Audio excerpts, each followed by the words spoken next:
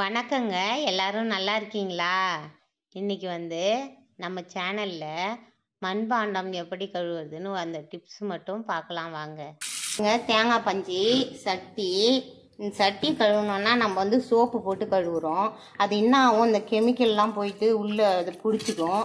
அது எப்படியா இருந்தாலும் வராது. மண் சட்டின்னா பிடிக்க தான் செய்யும். அதனால் நான் எப்போவுமே என்ன பண்ணுவேன்னா, இது மாதிரி தேங்காய் பஞ்சையை பிச்சுக்குவோம். இந்த மாதிரி பிச்சுட்டு மாவு இருக்கு பாருங்க, புளிச்ச மாவு வேஸ்ட்டாக கொஞ்சம் அடியில் கிடக்கும். அதை நான் எடுத்துப்பேன். டெய்லியுமே எடுத்துட்டு இதை மாதிரி சட்டியில் போட்டு உள்ளார நல்லா தேய்ச்சிப்பேன். கடையில் வாங்குற பஞ்சியே போட மாட்டேன். அதே மாதிரி இந்த கெமிக்கல் சோப்பையும் போட மாட்டேன். இந்த மாதிரி நான் இந்த மாவு கூட இல்லைன்னா என்ன பண்ணுவேன், எலுமிச்சம்பழம் போட்டுப்பேன்.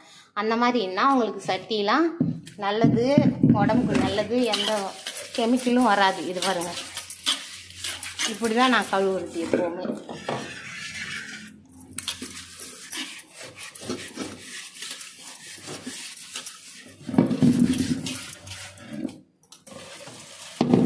நீங்களும் இந்த மாதிரி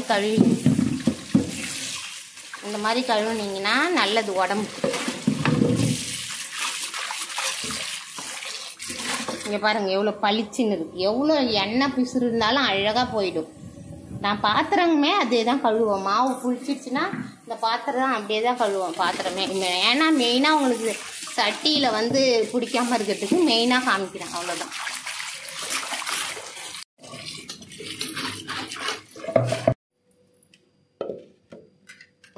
இந்த வீடியோவை அவங்க தெரிஞ்சவங்களுக்கு, ஃப்ரெண்ட்ஸுக்கெலாம் ஷேர் பண்ணி விடுங்க. அதோட நம்ம சேனலுக்கு சப்ஸ்கிரைப் பண்ணுங்கள். வீடியோ பார்த்த எல்லாருக்கும் ரொம்ப நன்றி. அடுத்த வீடியோவில் நம்ம சந்திப்போம்.